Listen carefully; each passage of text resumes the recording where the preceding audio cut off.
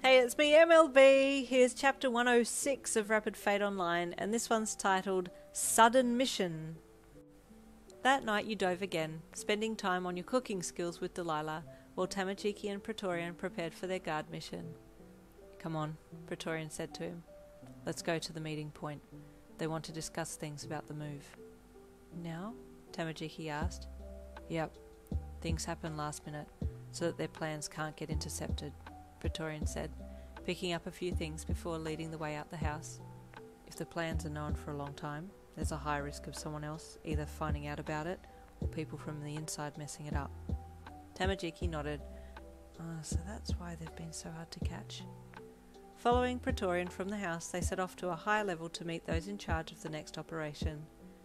Back in the kitchen, you were getting better and better at making different pastries and breads, and grinned as another perfect bread roll appeared from the industrial-looking oven there. We need you, Delilah said as she walked down to your area of the room. For? You asked, looking up. A mission, she replied. The higher-ups are meeting today and they want food, so let's go. Oh! You quickly put your cooking utensils down. Now? Yes, things often happen last minute, she replied, beckoning you to follow her. Excitedly you wiped your hands on your apron and followed her out of the room. You weren't exactly sure if the meeting place was on the same level or not, as Delilah had taken you through the labyrinth of the building, but you were pretty sure it was a different level, as those from this level were dressed slightly differently. Entering through the back door of the kitchen there, Delilah led you in, and you started working while looking around a bit. What's the meeting about? You asked her. Dunno, she shrugged as she worked. You hummed. You could hear people talking outside the kitchen window and stopped a few times to listen, but couldn't make out what anyone was saying, so decided to focus on your task at hand instead. Unbeknownst to you, Tamajiki and Praetorian had passed the kitchen window and had been ushered into a room filled with other guards who were excitedly milling around. Praetorian introduced him to a few of the other members, and Tamajiki greeted them, but was also looking around for any other pieces of information that he could use. So far, no luck, as the room was fairly empty. Guards! A voice called from the front of the room. Come next door! Tamajiki and Praetorian followed the group through to the next room, and there was food laid out on a long table for everyone to share. Eat! The person who had called everyone in early beckoned. Everyone started picking at the morsels off the table, but Tamajiki stood back and observed the others who were standing around and not eating. They seemed to be a part of the organising group. After everyone had eaten a bit, 5 men walked in, flanked by guards.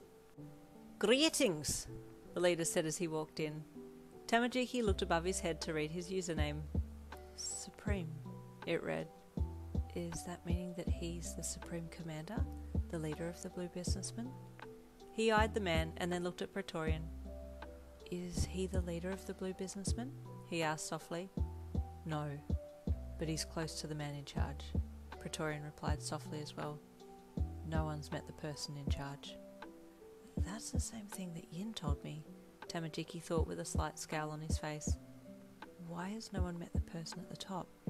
Is it because the person running the operation keeps telling everyone it's someone else, so that he doesn't get targeted by those who want to see him gone? That's very smart. Thank you all for coming, Supreme said, smiling around at the group of guards. He has a very strong accent, Tamajiki thought to himself. We will push off in a few hours. As is our rule, no one leaves this building until we're ready to leave, and in chat messaging is forbidden. Smart. This man must know that there would be people trying to intercept the mission, so he's preventing any outside interference. We will be moving rare items, Supreme said. That's all you need to know for now. There's a possibility that we may meet players along the way who will be wanting to rob us, so stay alert, and we aren't expecting any problems. The guards around Tamajiki smirked and chuckled among themselves, obviously sounding excited about the prospect of having to fight off others. Praetorian stayed quiet. Supreme and his team then turned and left, leaving the group of guards to continue eating. It looked like a free event, but each of those doors at the back had been blocked off by other guards, so that even if you wanted to leave, there was no way you could. Tamajiki glanced around again at the guards, noting all of them had either slave emblems or a blue businessman tattoo. So this is one of the core groups of players. Possibly the same group who were on the boat that sunk just off from our honeymoon destination, he thought, looking at some of the people there and taking note of some of the players' names should he need to recall any of them at a later time. Soon the end door of the room opened, and the guards were called through to accompany large containers that were being pulled and pushed by lower-level players, hauling them to a ship. Which level is this? Tamajiki thought, noting it was a fisherman-style level that had oceans out to the horizons as he walked through the doors outside. I always thought you had to use the teleport pads to get from level to level, but it appears that you can also get to higher levels through secret links in buildings, and I'm assuming through oceans?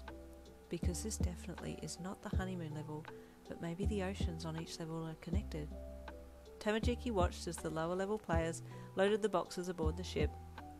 A number of them seemed to be not enjoying the work that they were being made to do, and a few times the guards handled them roughly, which made Tamajiki's blood boil. I don't like this at all, he thought with a scowl on his face. As he had his back to the dock, he heard a voice that made his heart almost stop, and he spun around just in time to see you being forced into a cage that was aboard the ship. What? You wildin'. What are you doing in a cage on a ship? Anyway, stay tuned for chapter 107 coming tomorrow.